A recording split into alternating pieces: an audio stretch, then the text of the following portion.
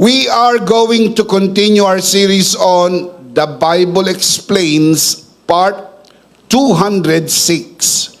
And today we're going to continue our new mini-series within the big series of The Bible Explains, entitled Your Next Season is Coming, Part 3. Let us pray. Let us commit this to the Lord. Our dearest Father in heaven, we are so very thankful for how you have guided us today. This is a beautiful day. This is the day that you have made. We will rejoice and be glad in it. Thank you so much for these beautiful people who came here today to worship you. Thank you so much for the wonderful time of praise and worship, and truly you inhabit the praises of your people. And there is nothing in the world like this, for in your presence there is so much joy. In your presence there is peace and joy. Thank you so much for the beautiful people who are joining us today via online. We thank you for this time, even this learning time. We commit to you this time, and it is our prayer that everything that will be said and done today, only for your glory and for the blessing of everyone. This we pray, Father, only in the name of your Son, our Lord and Savior, Jesus Christ, by the power of the Holy Spirit. And everybody would just simply say, Amen. Palakpakan si Lord. Amen. We are going to continue our series on Your Next Season is Coming. Today, we're going to talk about the story of Jacob. So allow me to share with you today 3 things about what happens when grace finds you from the story of Jacob. Number 1, grace finds you in a flawed past.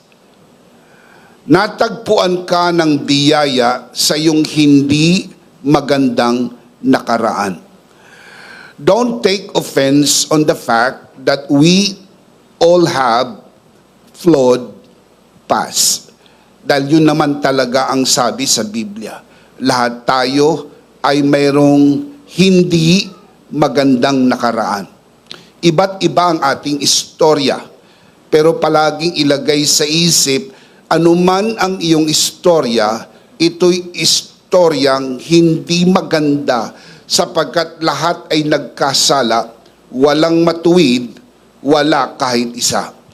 Nang bumagsak ang unang Adan, minana po natin ang kanyang kasalanan. At dahil sa kasalanan ng unang Adan, ang lahat ng ipapanganak sa mundo na ito ay makasalanan. Tayo po'y makasalanan na mula pa sa sinapupunan ng ating mga ina.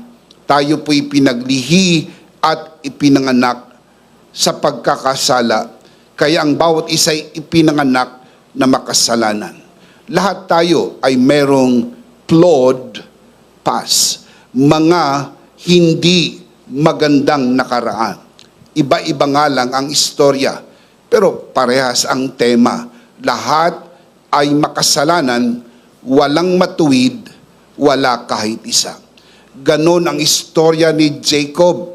Kaya mula sa storyang ito, ay titignan po natin kung paanong ang biyaya ng Diyos ay kanyang natanggap, gumawa sa kanyang biyaya ng Diyos, at mula po sa season na hindi maganda, dinala po siya ng Panginoon sa season na napakaganda. Jacob's name means deceiver, and he lived up to it when he tricked his brother Esau out of his birthright and stole their father's Isaac blessing. Some of you are familiar with the story, but I assume not many of you. Ang iba po sa inyo, dahil nagbabasa ng Biblia, ay pamilyar kayo sa storya na ito. Pero ang iba po sa inyo ay totally walang idea kung anong istorya na ito. So allow me to give you a little background on this story. Ito po ay ang istorya Jacob, Trick, Esau. Ang magkapatid po na ito ay kambal. Sila po ay kambal na magkapatid. Dumating ang panahon na dinaya ni Jacob ang kanyang kapatid na si Esau patungkol po sa birthright. Ang panganay po ay si Esau, konti lang, dahil una siyang lumabas. Technically, dahil kung sino yung unang lumabas, siya yung panganay. Pero, logically, pantay sila. Dahil sa loob po ng tiyan ng ina, sabay naman po silang nag-develop, sabay po silang lumaki. At may kwento ang Biblia na ang dalawang magkapatid na ito sa tiyan ng kanilang ina ay nag-UFC. Wrestling ba? Kung sino ang unang lalabas. Medyo nagulangan siguro ng kaunti si Jacob at unang lumabas si Esau, pero sabi sa Biblia, lumabas si Esau, hawak ni Jacob ang sakong ni Esau. So technically, walang putol. Magkasunod, pero hawak. Maraming interpretasyon tungkol po dito, pero ang interpretasyon po na ito ay kanya-kanya. Pero hindi na po natin yun pagbibigyan ng pansin sa araw na ito sapagkat ang dami pong kahulugan ng istorya na yan. Pero parehas lumaki at magkasabay lumaki ang magkapatid. Si Jacob ay isang homeboy. Laki po sa bahay. Siya po ay nasa bahay lang at lumaki sa pangangalaga ng ina. Kaya kuminsan may bansag po siyang mama's boy. Kasi paborito po siya ni Rebecca, ang asawa po ni Isaac. Ito naman pong si Esau ay hunter. So madalas nasa labas. Siya po yung mangangaso. At lagi po nag-hunting. At yun ang kanilang pagkakaiba. Isa pa sa description ng Biblia, itong si Esau ay balbon, hairy. Kaya balbon ang kanyang buong katawan. At itong si Esau ay flawless. So yun ang description nila. Makinis itong si Jacob at si Esau naman ay balbon. Yun ang katangian ng dalawa.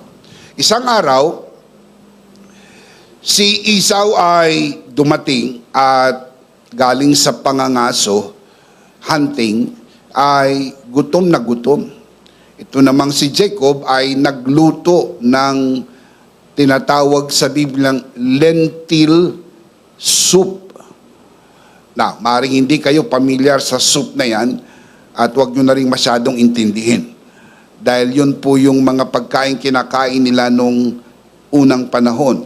Lentil soup.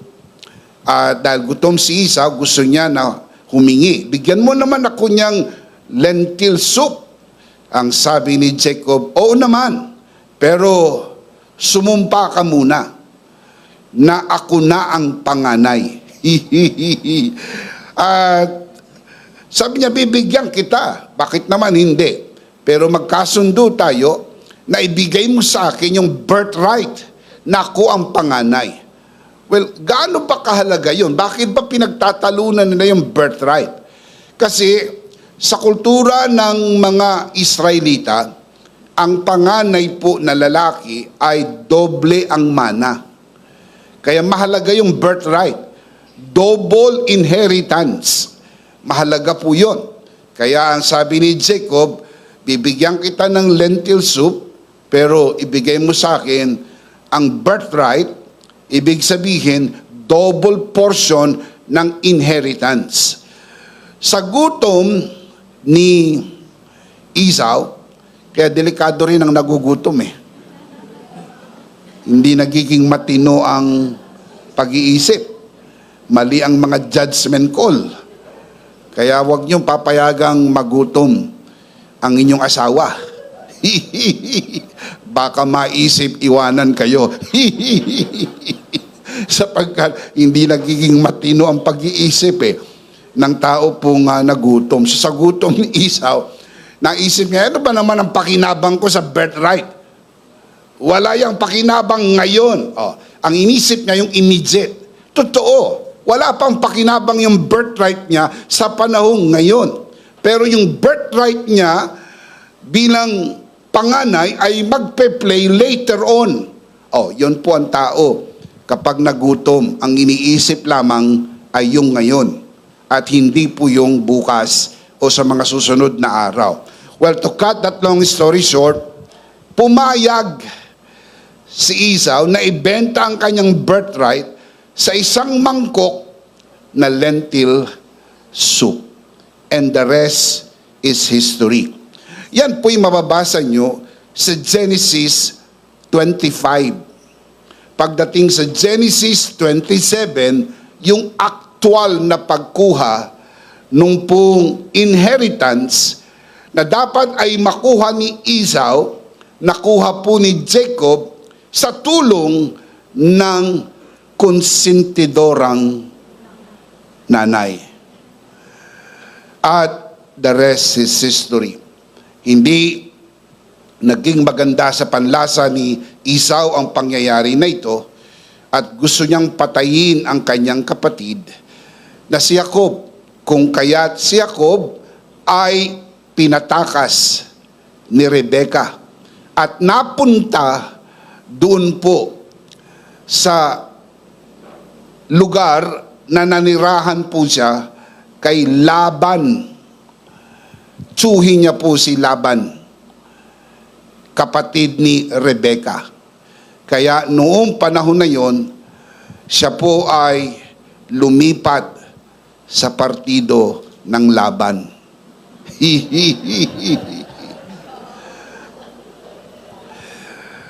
God's grace did not pass by Jacob's despite his flaws. Instead, grace entered his life, redirecting his deceitful schemes to advance the covenant promise made to Abraham. Mga kapatid, mali ang ginawa po ni Jacob. Pero yung ginawa po ni Jacob ay hindi po nilagpasan ng biyaya ng Diyos. In-accommodate ng biyaya ng Diyos ang kanyang kamalian, binago ang kanyang kamalian, at binigyan siya ng pagkakataon mula sa kamalian makabounce back para sa kanyang next season. Tulad ng istorya din natin, marami pong mga nadi-discourage dahil sa maling naging pasya po nila sa kanilang nakaraan. Ang inyong nakaraan ay hindi magdidetermine ng iyong hinaharap kung matagpuan mo ang biyaya ng Diyos. Kasi ang game changer ay ang biyaya ng Diyos. Magbabago lahat kapag natagpuan mo ang biyaya ng Diyos. Amen. Ang istoryang tulad nito ay hindi po isolated story. In fact, I want to prove to you from the scripture, giving you examples, ng story ni Jacob ay scattered throughout the scripture, proving that grace is greater than our flawed past. Upang maitanin natin sa ating isip, huwag ma-discourage kung nagkamali ka kahapon. May pagkakataon ang pagkakamali mo kahapon ay maituwid ng biyaya ng Diyos upang sa pamagitan ng biyaya ng Diyos magkaroon ka ng magandang bukas. Can you say amen? That is exactly what happened to Jacob, and I believe also happened to many Bible characters in the Bible. scattered throughout the pages of the scripture. Let me give you some examples. Number one, think of David. David who committed adultery with Bathsheba and then murdered her husband Uriah, yet David cried out in Psalms 51 for mercy and found grace that restored him. Hindi po naging katapusan ang istorya ni David nang siya po'y mahulog sa pakikiapid kay Bathsheba at pagpatay sa asawa nito na si Uriah. Yun po'y mali, yun po'y kasalanan. Pero hindi po siya nanatili nakalublob sa kasalanan. Natagpuan siya ng biyaya ng Diyos, binago ang istorya ng kanyang buhay, at siya po ay nirestore ng biyaya ng Diyos. Can you say amen? Kaparehas din ang kay Jacob, isn't it? Siya po'y nagkamali, siya po'y tumakbo, pero hindi niya natakasan ang biyaya ng Diyos sapagkat hahabulin ka ng biyaya ng Diyos. Hinabol si Jacob doon po sa lugar ng kanyang tsuhin. And the rest is history. Ang kanyang buhay ay tuluyang nabago. Tulad din ng storya ni David.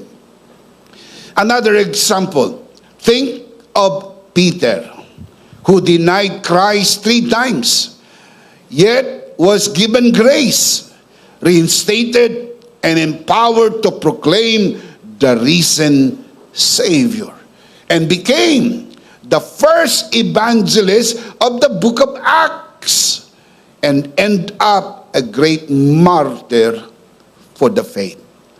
Mga kapatid, hindi po katapusan sa buhay ni Simon Peter nang siya'y matagpuan sa kahinaan, natagpuan sa nerbiyos, natagpuan sa takot, natagpuan sa self-preservation, sa gusto niyang iligtas ang kanyang sarili, ay naikaila niya ang Panginoon. Pero hindi po siya hinusgahan. Hindi ho bumaba ang kidlat. Tinamaan siya ng kulog at kidlat at parusa ng galit ng Diyos. Hindi po. Manapa, natagpuan niyang masaganang biyaya ng Diyos. Siya po ay napatawad, siya po ay nirestore, siya po ay nireinstate, siya po ay naging matapat na alagad ng Panginoon hanggang kamatayan. Ang sabi ng tradisyon nang siya ipapako na sa krus, hiniling pa niya sa mga magpapako sa kanya na siya ay i-crucify upside down dahil ang kanyang pakiramdam, hindi po siya karapat-dapat mamatay sa kaparehas na kamatayan ng kanyang Panginoon. Paano siyang nakarating sa bahagi ng kanyang buhay na hanggang sa dulo siya po'y naging matapat? Anong nagpabago ng agos ng kwento? Anong nagpabago ng kanyang istorya? Ang biyaya ng Diyos. Walang hindi kayang gawin ng biyaya ng Diyos sa buhay ng sino man. Come on, give Him praise!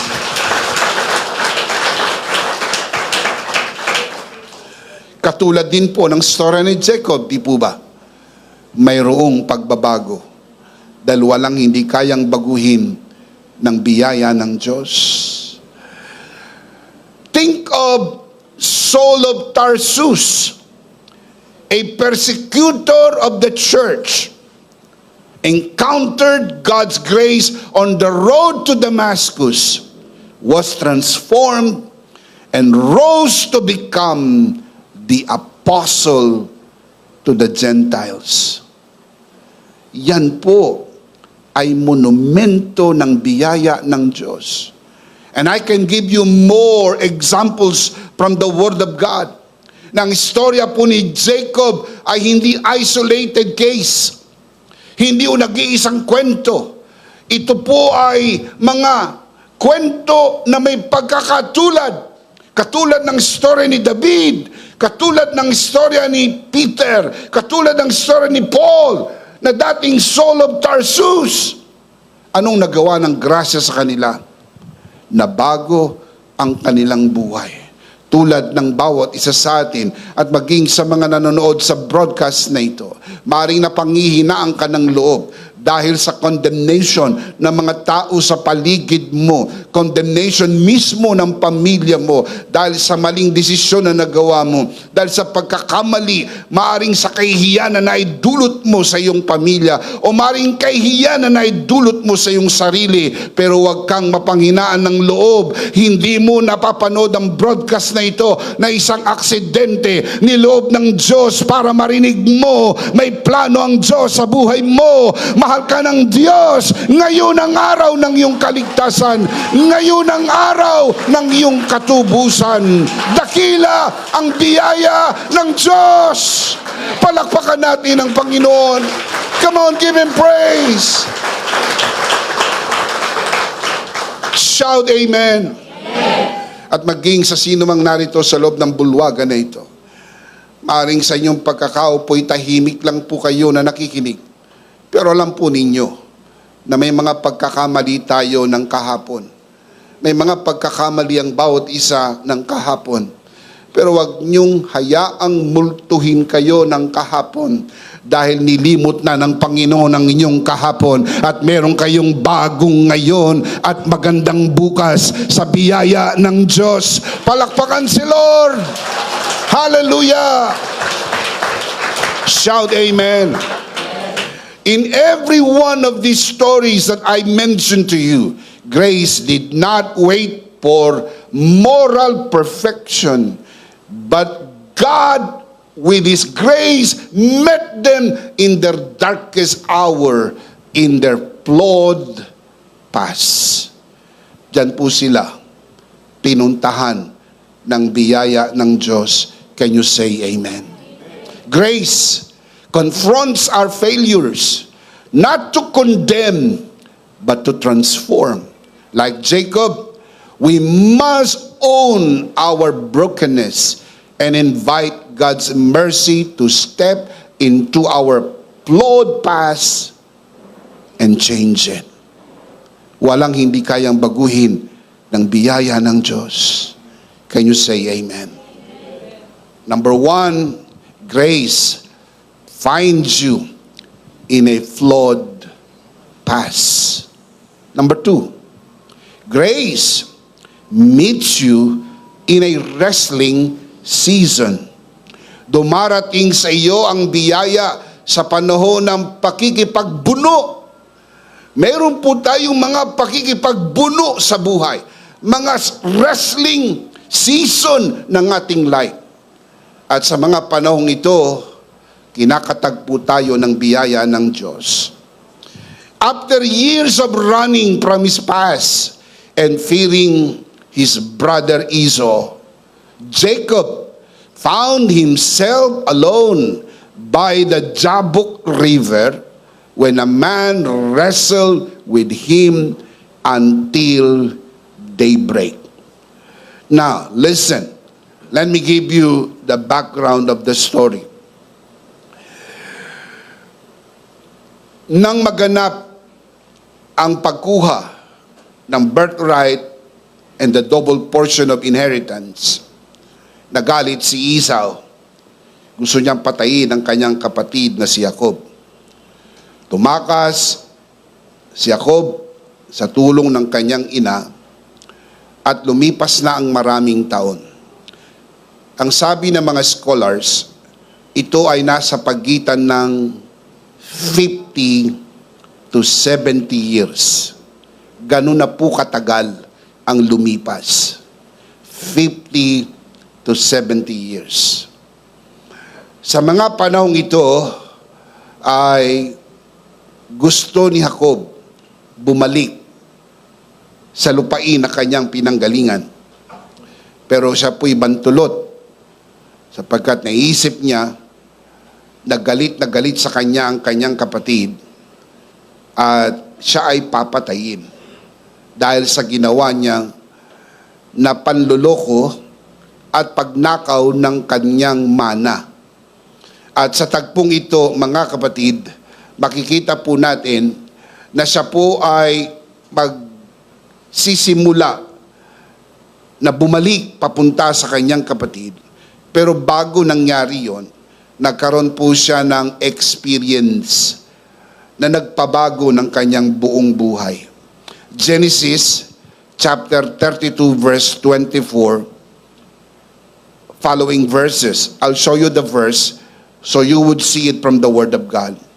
So Jacob was left alone, and a man wrestled with him till daybreak. When the man saw that he could not overpower him, he touched the socket of his hip, so that his hip was wrenched as he wrestled with the man. The man said, "Let me go, for it's daybreak." But Jacob replied, "I will not let you go unless you bless me." I will not let you go. That is an act of desperation. I will not let you go unless you bless me.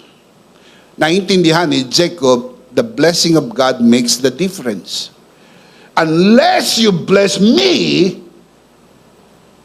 I would be dead because my brother will kill me. Unless you bless me, the double portion I got from my father would nothing at all, would mean nothing at all. Kaya sabi niya, I will not let you go unless you bless me. I need your touch. I need your blessing. That is act of desperation.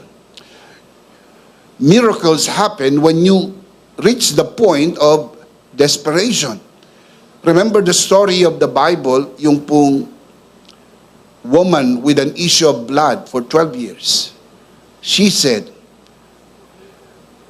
if I would touch the hem of his garment, I would be healed.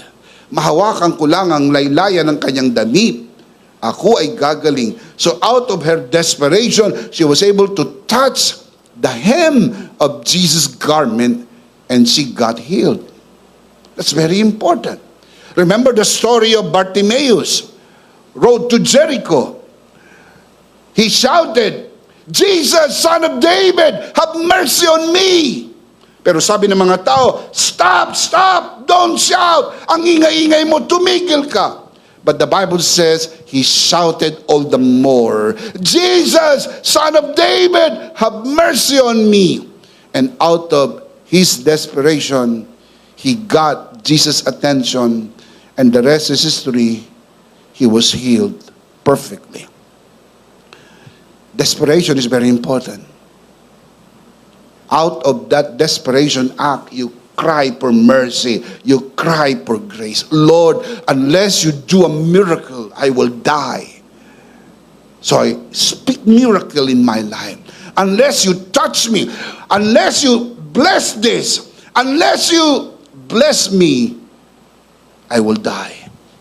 Alam ni Jacob na bilang na ang kanyang mga araw. Sa galit na mayroon ng kanyang kapatid, only time will tell. Pag nagpanagpo ang mga ito, alam ni Jacob that he would be killed by his own brother. So ang sabi niya, I will not let you go unless you bless me. In that all-night struggle, marked by pain, persistence, and unyielding grip, hawak-hawak po niya, wrestling match, Jacob discovered that God's grace often meets us not in comfort, but in the heart of our fiercest wrestling. Sa mga pakikipagbuno natin, sa mga hamon ng buhay, mga pakikipagbuno sa malaking pangailangan, mga health challenges, mga situations, mga relationships, mga hamon ng buhay na you will be asking God to intervene Because unless God intervene, unless God breaks heaven, come down and touch my weary soul, I would die. I need you now more than ever. Mga kapatid, ito po yung mga damdamin na ipinapahiwatig sa atin ng istorya na ito. Pero hindi po yan, mga kapatid, isang kwento lang sa Biblia. Tulad ng ginawa ko sa inyo nung una, ipinakita ko sa inyo na ito'y istoryang kalat sa Biblia. So hindi lang po si Jacob ang nakaroon ng wrestling, nagkaroon ng pakikipagbuno sa anumang meron sa kanyang hinaharap. Now, let me give you another example. The same pattern happened with Moses, who wrestled with feelings of inadequacy before the burning bush until God's enabling grace equipped him for great leadership. Exodus chapter 3 up to chapter 4. Siya'y nakipagbuno sa sarili niyang kahinaan, feeling na inadequate. Sabi ng Panginoon sa kanya, I will send you to Pharaoh to let my people go. Ang sabi ni Moses, not me, Lord. Wag ako. Hindi ako. Mahina akong magsalita. Meron akong problema sa pagsasalita. Meron akong speech impediment. Wag ako. Marami tayong kinakatwiran sa Panginoon pag tinatawag tayo ng Panginoon. Yung po yung mga pakikipagbuno. Wag muna, Lord. Hindi pa natutupad ang pangarap ko. Wag ako, Lord. Iba ang iniisip ko. Iba ang pangarap ko. Wag ako, Lord. Ako ang pinakamahina sa aming magkakapatid. Yung kuya ko na lang, yung ate ko na lang. Mas magaling sila. Honor student sila. Average lang ako. O baka below average pa ako. Wag ako, Lord. I am the least in my family. Hindi ba ganyan din ang damdamin ni Gideon nang siya'y tinawag ng Panginoon? Ganyan din po ang damdamin ni Moses. Ang sabi niya, wag ako. Sabi ng Panginoon, sino ba ang gumawa ng bibig ng tao? Sino ba ang nagpapasalita sa tao? Hindi ba't ang Panginoon? Dahil ang Panginoon ang gumawa ng lahat ng bagay. Walang hindi magagawa ang Panginoon. Pag tinawag ka niya, mayroong biyayang ilalaan sa iyo ang Panginoon para magawa mo ang pagkakatawag sa iyo ng Panginoon. Say amen. Think of David. He poured out these long prayers of how long? How long? Gaano katagal, Panginoon? How long? Lord. Prayers in Psalms 13. In a little while, I'm going to show you Psalms 13. Only to emerge praising God and trusting His unfailing love. Dumarating sa punto natin yan, yung parang naiinip tayo. Gaano katagal, Lord, ang promotion ko? Gaano katagal, Lord, makakapag-asawa ako? Gaano katagal, Lord, magkakaanak ako? Gaano katagal, Lord, aasenso ang buhay ko? Gaano katagal, Lord, magkaroon kami ng bahay? Gaano katagal, Lord, mapalitan itong aming sasakyan na kapag tumakbo, ayaw huminto? At kapag huminto, ayaw nang tumakbo.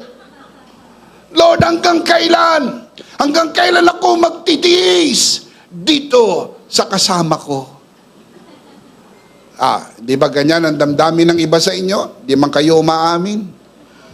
Psalm 13 verse 1. Following verses. How long, Lord, will you forget me forever? How long will you hide your face from me? How long must I wrestle with my thoughts and day after day have sorrow in my heart? How long will my enemy triumph over me? Hanggang kailan magbabalik-balik itong naniningil sa bahay namin? Hanggang kailan itong tao na ito, lagi akong pinaparinggan sa Facebook? Hanggang kailan? Di ba ganyan? Hindi kayo umaamin, pero yan ang nasa isip nyo. Hanggang kailan, Lord, pagtitiisan ko ang mga tao sa paligid ko na wala nang ginawa, kundi makita yung aking kamalian. Dami naman ako nagawang mabuti, pero puro mali ang nakikita. Hanggang kailan? Pagtitiisan ko ang sitwasyon na ito. Look at verse 3. Look on me and answer, Lord my God. Give light to my eyes, or I will sleep in death. And my enemy will say, I have overcome them, and my foes will rejoice when I fall. Hanggang kailan, Lord? Pag nabalitaan ito ng aking mga kaaway, kagalit, naku, magse-celebrate sila. Magdiriwang sila sa aking kabiguan. Pag nabalitaan nila ang nangyari sa aking marriage, sa aking family, sa aking business, sa aking career, naku, sigurado magse-celebrate itong mga galit sa akin. Hanggang kailan, Lord? Hanggang kailan? Hindi ba't ganyan ang mga tanong sa isip? Anong tawag dyan? Wrestling match. Yan po yung mga pakikipagbuno nyo sa buhay. Na lahat tayo dumadaan sa mga ganitong pakikipagbuno. Now look at verse 5 and 6 so beautifully, because the psalmist ended his wrestling, his struggle with how long. Tignan nyo kung paano niya tinapos verse 5 and 6. But I trust in your unfailing love. My heart rejoices in your salvation. I will sing the Lord's praise, for He has been good to me. Can you say amen? Ano sinasabi po sa atin ng Psalms 13? Sinasabi po sa atin, it's okay to ask how long. It's okay to ask how long as you end up singing to the Lord and trusting His unfailing love. Okay lang magtanong. Hindi yung nagagalit si Lord na pino-pour out mo ang iyong emotion. Basta mahalaga, tapusin mo ang iyong pagtatanong. Nagpupuri ka pa rin sa Panginoon. Nagtitiwala ka pa rin sa pag-ibig ng Diyos. It's okay. It is not an act of rebellion. It is just being natural. Totoo lang ako. Hindi ako nagpapanggap. Ito yung nararamdaman ko. Nagtatanong lang talaga ako. Dahil na-check ko yung birth certificate ko. And I'm asking, Lord, how long will I stay single? I am not rebelling. I am not saying anything against God. I am just pouring out my heart. How long? Habang tinitignan ko yung mga kaibigan ko, may mga anak na kinakarga. Masayang masaya sila. And I would just ask, how long will I wait, Lord? It's okay. Don't condemn yourself. It's a natural feeling. You're not rebelling against God. Hey, look up here. Look at my eyes. Let me assure you, God understands.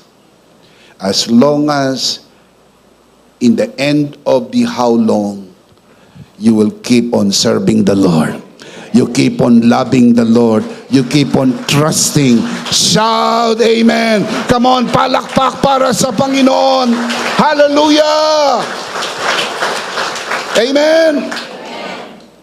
Naiintindihan ng Panginoon ang ating mga saloobin. Alam niya ng ating mga pangyayari sa luad at ang ating mga damdamin bilang tao. We ask the question, how long? Ganon din po ang mga struggle na dinaanan ng mga great men and women of God. And yet it is wonderful to think that grace is greater than how long. Amen? Grace is even longer than your how long. Can you say amen? Think of Paul, who pleaded to remove his thorn in the flesh. met with the grace of God, and God said to him, "My grace is sufficient, for my power is made perfect in weakness." Yan po ang sinabi sa kanya. Yung kanyang dinadaing, yung struggle po niya, yung kanya pong wrestling match with the thorn in the flesh. Yung tinik sa laman, yun yung kanyang pagkikipagbuno. Sa halip na magrebelde, sa halip na tumigil, ang sabi ng Panginoon sa kanya, ang biyaya ko'y sapat. At kung pagmasdan natin ang buhay ni Apostol Pablo, yung mga pinagdaanan po niyang tinik sa laman ay hindi po nagpabagal sa kanya, hindi po nagpahina sa kanya. Ito'y opportunity lalo siyang sumandal sa biyaya ng Diyos at mas marami siyang nagawa sa gitna ng tinik sa laman. Kumisan hindi inaalis ng Diyos ang tinik sa laman, pero hindi kanya pinababayaan ng kanyang grasya.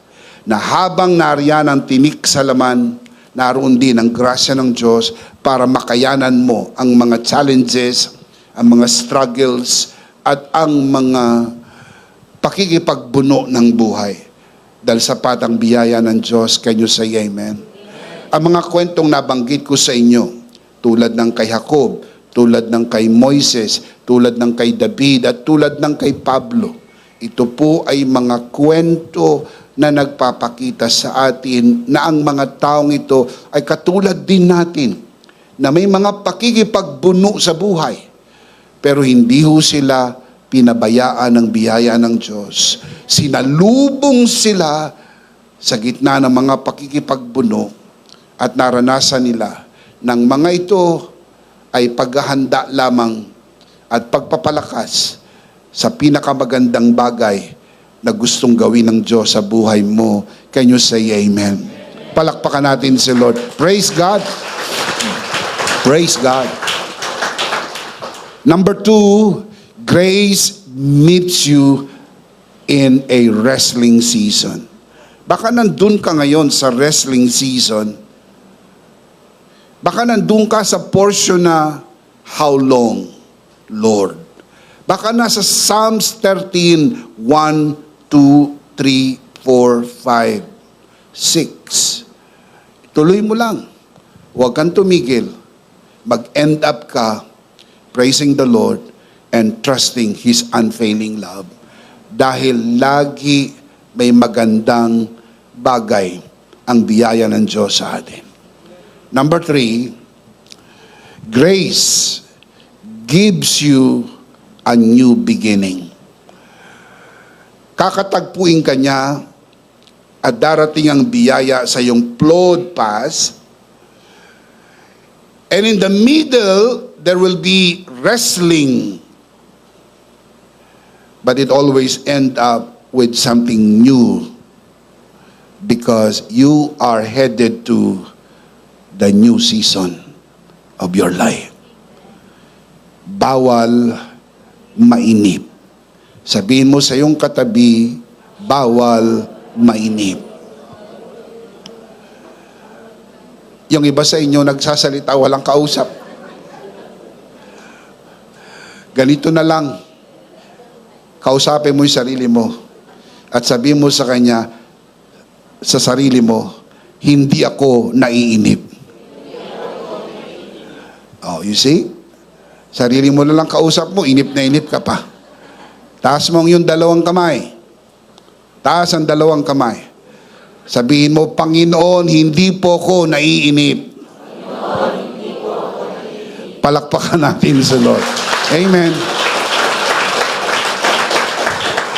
Ang biyaya ay nagbibigay ng bagong simula. When Jacob wrestled through the night and refused to let go until he received God's blessing, he heard this life-changing word. Your name will no longer be Jacob, but Israel, because you have struggled with God and with humans and have overcome. mga kapatid, kailangan po madaanan natin ang mga pakikipagbuno at malampasan natin ang mga struggle at ang mga wrestling. Huwag mag-alala, sapat ang biyaya ng Diyos. Pagkatapos niyan, ang bagong simula. Amen? Ang iba po, hindi pa nagsisimula ang wrestling, sumusuko na. Ang iba po, nabalitaan lang na magkakaroon ng wrestling, umaayaw na. Huwag mapanghinaan ng loob sa mga wrestling ng buhay at mga pakikipagbuno. Yan po mga kapatid, ang kasunod po niyan, ang iyong bagong simula. Kasi bago dumating ang magandang umaga, lagi pong merong madilim na gabi. Pero huwag kang susuko sa madilim na gabi. Kailangan mo maghintay. Dahil ang susunod po dyan ay bukang liwayway. Ang 11:59 ng gabi at saka ang 12 midnight, pag sumilip ka sa bintana, walang pagkakaibang itsura. Tignan mo, pares lang ang dilim. Pero pag tumingin ka sa relos mo, malaki ang pagkakaiba. Dahil ang isa nakalagay PM, ang isa ay nakalagay AM. Huge difference. Kasi AM, it's another day. PM, the same day. 11:59 PM, same day. Pagpalo ng 12 o'clock AM, mga kapatid, it's another day. Can you say amen? Wala pang masyadong pagbabago sa paligid. Ganun pa rin kadilim.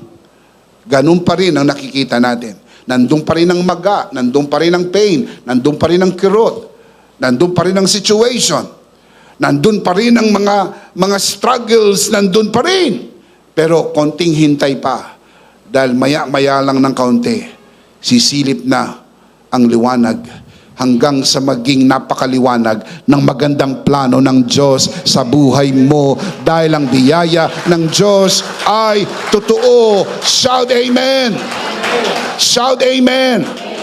In that moment, grace did more than forgive Jacob's deceit. Grace gave him a new identity as Israel, prince with God. His story shows that grace doesn't just cover our failures. Grace transforms who we are. Ang kanyang pangalang Jacob, ibig sabihin deceiver. Marami po ang nagagandahan sa pangalang Jacob. Pero hindi ho maganda ang kahulugan ng Jacob. Ibig sabihin ay deceiver. Bakit ito pinalitan ng pangalan? Jacob ginawang Israel. Sapagkat gusto ng Diyos magkaroon ng demarcation mula sa lumang buhay patungo sa bagong buhay. Prince with God. Ibig sabihin ng Israel, prince with God. Prinsipe kasama ng Diyos. So hindi ka prinsipe mag-isa.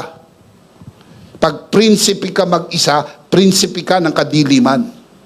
Kasi mag-isa ka lang eh. Madilim yan. Pero hindi ka prinsipe mag-isa. Prinsipe kasama ng Diyos. Kaya tiyak magtatagumpay ka dahil kasama mo ang Diyos. Hindi ka niya iiwanan. Hindi ka niya pababayaan. The Lord is with you. God is with you. Shout amen. Hindi ka mabibigo. Magtatagumpay ka.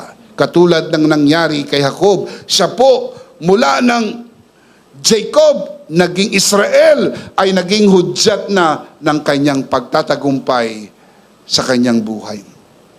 Tulad din ang nangyari sa atin. Pinalitan po ang ating lumang pagkatao nang makilala natin si Kristo. 2 Corinthians 5:17, therefore, if anyone is in Christ, he is a new creation. The old has gone. What happened to the old? Gone. Wala na. Ang lumang pagkatao. Look at the next line. The new is here right now. Nandito na ang bago. Kaya bago ka na. Lumipas na ang luma mong pagkatao. Lumipas na ang magdamag, bagong araw na ito.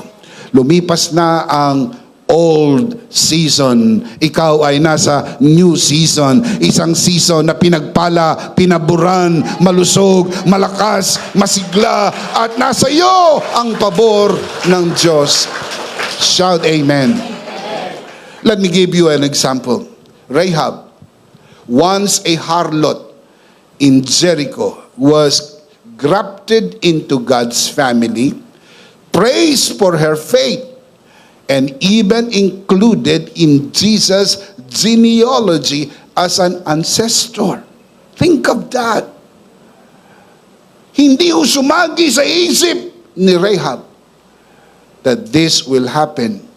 Pero mula sa old season, na siya po ay isang prostitute doon sa Jericho, lumipat siya sa new season ng kanyang life. So beautiful season that she was praised for her faith, and she was even included in the genealogy of Jesus. Anong tawag po dyan? From old season to the new season. Kaya huwag kailan mapanghinaan ng loob. Lahat tayo ay nasa bagong season. Season na pinagpala, season ng biyaya, season na umaagos, rumaragasa ang pagpapala ng Diyos at pabor ng Diyos, kalakasan, kalusugan, biyaya, tagumpay, sapagkat ito ay kay Kristo. Shout amen. In every case, God's transformative grace remove old labels. Ni-remove na po ang old labels, including the black labels, and wrote new ones. You are a child of God. You are an ambassador of Christ, heir of the promise. Can you say amen? Kaya wala na ang iyong old labels. Wala na ang mga black labels. All gone. You are now a new creation in Christ Jesus. Palakpakan natin ang Panginoon. Amen. Shout amen. Let's see them again. Three things happen. Three things happen when grace finds you. Number one, basa. Grace finds you in a broad path. Number two. Grace meets you in a resting season. Number three. Grace gives you a new beginning. Grace finds you in a flawed past. Grace meets you in a wrestling season. Grace gives you a new beginning. Can you say amen? Amen. No longer Jacob, you will be called Israel, the prince with God. No longer the old labels, you become new in Christ. Can you say amen? Amen. Now, let's do the life application. Number one, don't let your past haunt your present. Huwag mong hayaan ang iyong nakaraan multuhin ang iyong kasalukuyan. Jacob lived in the shadow of his own deceit until he wrestled with God and received a new name. No longer Jacob, he was called Israel, sealed by divine blessing, prince with God. Don't let your past haunt you. Christ's mercy covers every failure, rewrites your story, inviting you into a future marked by grace and purpose, because you now become a new creation. 2 Corinthians 5:17. Can you say amen? Number two, hold on to what God wants to do in your life. Hold on. Huwag mong bibitawan. Hold on. I will not let you go until you bless me. Huwag mong bitawan ang pagpapalang inilaan ng Diyos sa iyo. Huwag mong bibitawan ang iyong kalusugan, kalakasan, biyaya, pagpapala at pabor. Dahil yan ay binayaran ni Kristo sa krus ng Kalbaryo para sa iyo. Just as Jacob refused to let go until he received God's blessing, hold on to what God wants to do in your life. He already secured your blessing in Christ, finished work on the cross. Can you say amen? Sinecure na po niya ang iyong kagalingan, kalusugan, pagpapala at pabor. Siya bagaman mayaman, naging mahirap alang-alang sa iyo upang sa kanyang paghirap guminhawa ang buhay mo. Siya'y nabugbog at nasugatan upang sa kanyang mga sugat ikaw ay gumaling. Kinuha niyang lahat ng sumpa sa krus upang lumaya tayo sa sumpa at ma-enjoy natin ang kanyang pagpapala araw-araw ng ating buhay. Of course, nangyayari lang ito sa naniniwala. Pag di ka naniniwala, hindi naman ito mangyayari. Pero kung naniniwala ka, ihanda mo ang iyong sarili dahil gagawin ng Panginoon sa iyo ang iyong pinaniniwalaan. Shout amen! Do you believe? Come on, do you believe? Taas mong yung dalawang kamay and shout, I believe! I believe! Palakpakan natin si Lord. Praise God. Amen. In the midst of your struggle, His grace reminds you that every promise has been sealed and awaits your wholehearted faith because it only happens to those who believe. Hindi ho obligadong gawin ng Diyos sa iyo ang hindi mo pinaniniwalaan. Inuulit ko, napakahalaga po ang aral na yan. Ginagawa lang ito ng Diyos sa mga naniniwala. Bakit sa palagay mo, tinanong ni Jesus yung 2 bulag, naniniwala ba kayo na kaya ko kayong pagalingin? Isip din pag may time, ba't di na lang pagalingin? Keso naniniwala ka, hindi, di pagalingin na lang. It doesn't work like that, you see? Para kay Jesus, kaya niyang pagalingin ang 2 bulag. Pero bakit niya pa tinanong, do you believe that I am able to heal you? Naniniwala ba kayong kaya ko kayong pagalingin? Sumagot ang 2 bulag, opo. Sumagot si Jesus, mangyari sa iyo ang inyong pinaniniwalaan. So ano lang ang nangyayari? Yung pinaniniwalaan mo. Paano malalamang naniniwala ka? Sinasabi mo dahil ang tao naniniwala sa puso at nagsasalita. Kaya wag mo sabihin sa akin naniniwala ka na hindi mo sinasabi. Kailangan sabihin mo. Pag naniniwala ka na ikaw ay pinagpala, tawagin mo ang sarili mong charito, blessed and highly favored of God. Malusog, malakas, masigla, pinagpala, pinaburan at mabubuhay ng mahaba. Shout amen. Why do we confess that every Sunday? Isip-isip din pag may time. Why do we do this? Bisa ba't every Sunday, binibigkas natin, I am charito, I am blessed and highly favored, I am a child of God. Why? Because you believe in your heart, you confess with your mouth. Bigkasin mo, pinagpala ka na ng Panginoon. Hindi po pagpapalain pa lang. Hindi ka sinwerte. Pinagpala ka ng Panginoon. Pinaburan ka ng Panginoon. Nginitian ka ng langit. Shout amen. And that is very important. Huwag mong bitawan. Hold on. Hawakan mong maigi. Hold on to what God wants to do in your life. Gusto ba ng Panginoon pagpalain ka? Kung hindi niya gustong pagpalain ka, anong tsansa mong mapagpala?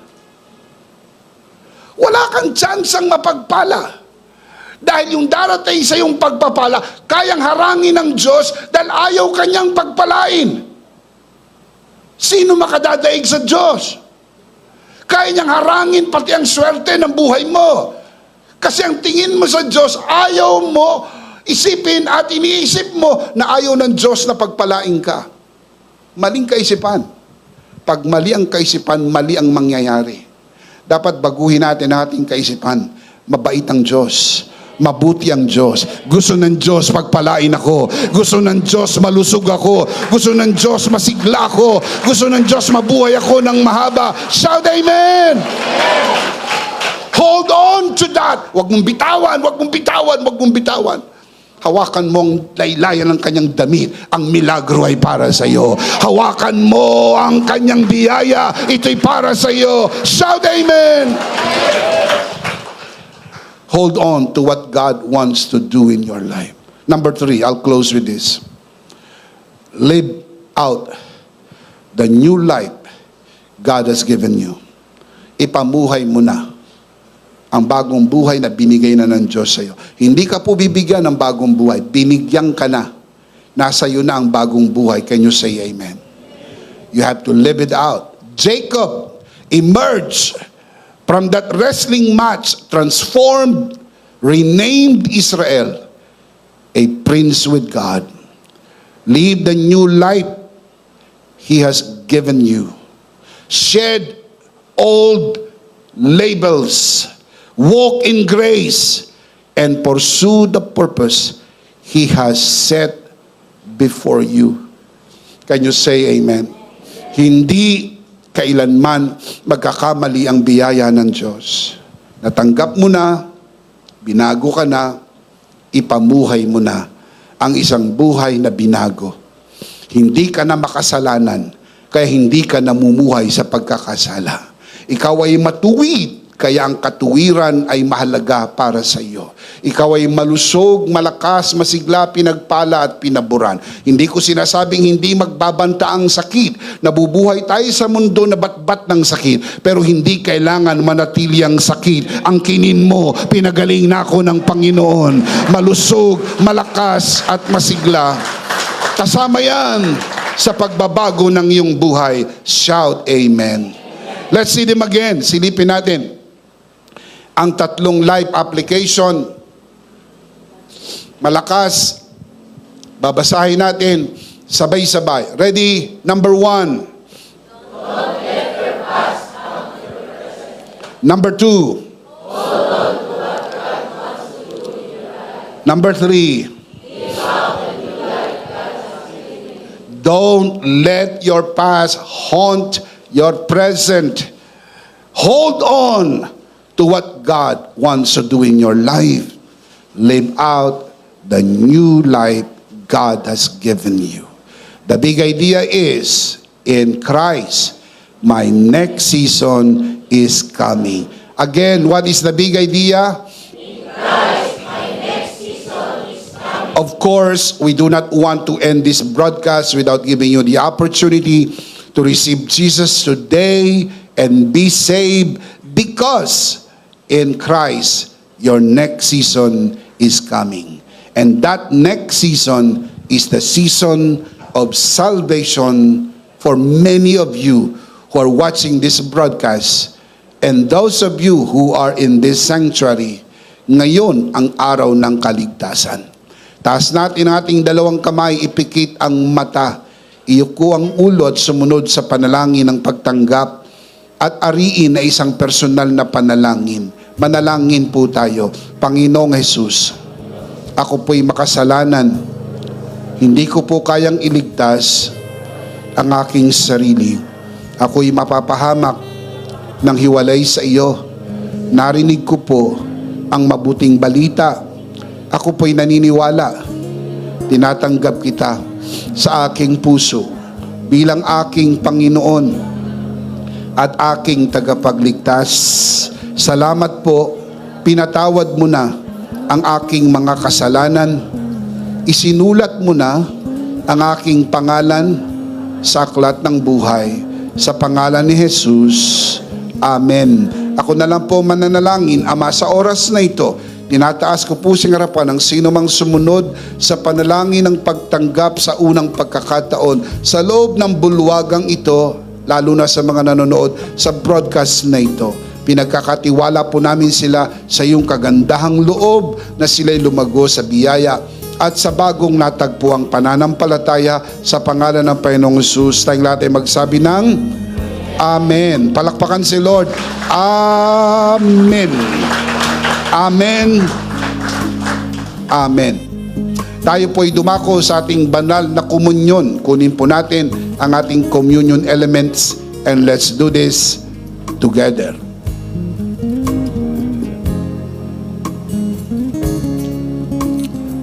Let's do this together mga kabiyaya.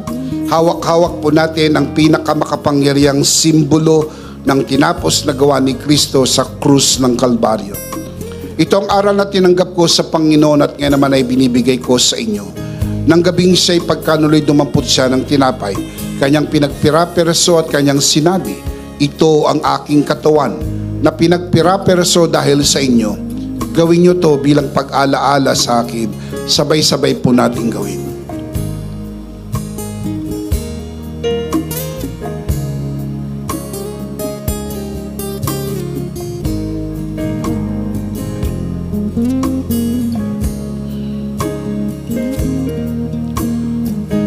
Gayon din naman matapos maghapunan ay kanyang hinawakan ng saro at kanyang sinabi, ito ang saro ng bagong tipan na pinagtibay ng aking dugo. Gawin niyo to bilang pag-alaala sa akin. Sabay-sabay po natin gawin.